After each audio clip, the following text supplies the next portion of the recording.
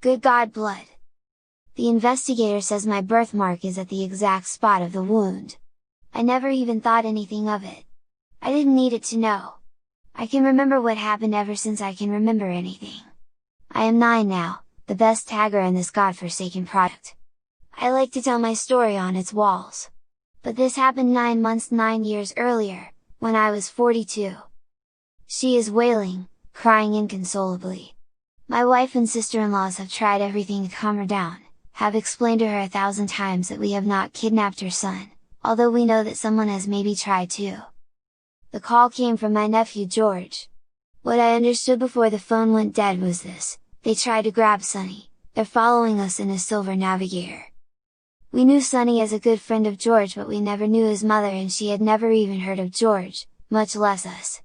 So when we went to her ghetto apartment to tell her what we knew, she just became inconsolable, wailing and begging us to give back her boy.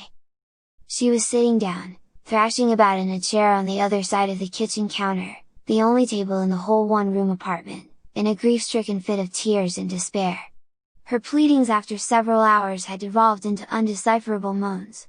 I kept telling my wife and sister-in-laws, for God's sakes, explain to her that we didn't take her kid. But they already had, over and over again. The phone rings again and I pick up. Uncle, I think I lost them. Where are you? He asks me nervously, panting in half-breathed tones. We're at Sonny's apartment. Hurry and get here fast, his mom is having a fit. Okay, I'm on my way. I feel like I screwed up. Wasn't there a better plan than that? I tell Amma to call the police again. They promised to be at the apartment 2 hours ago, they're always on the way. 5 minutes later, I'm pacing up and down the 7x7 kitchen and the woman is still wailing, wailing. Somebody who can, has fast-forwarded life, it seems livelier the faster it goes. The kitchen window's bottom left corner is broken, like if a rock's made the hole. And through the dancing glint and glare of the sun, framed between the jagged edges of the glass, I see George's upped blue Challenger coming towards the building from the far end of the road. I can see he's speeding, and turning into the street about 2 blocks behind is a silver Navigator. I rush down the stairwell the 3 or 4 floors and meet him and Sonny out front. Run! Run! I yell, pointing toward the approaching Navigator slowly creeping in, they're behind you. Leaving the car with the doors open, both boys run towards me.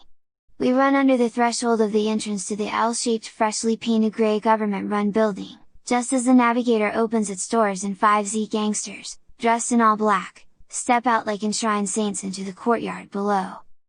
They step out nonchalantly and survey their surroundings, making no sudden decisions because they feel at ease, they couldn't feel more at home.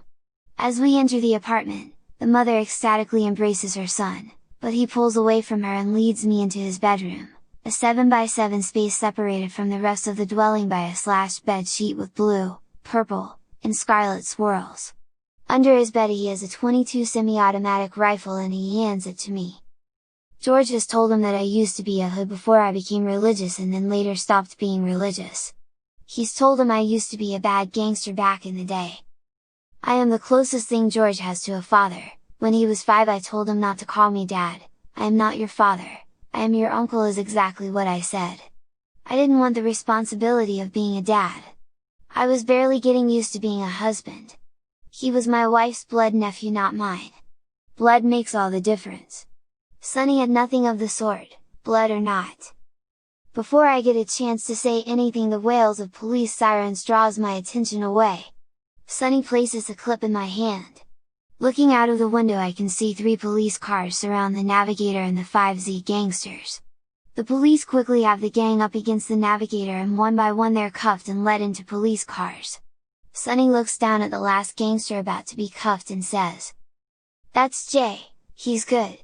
Suddenly Jay turns around and gives the cop a terrific haymaker punch.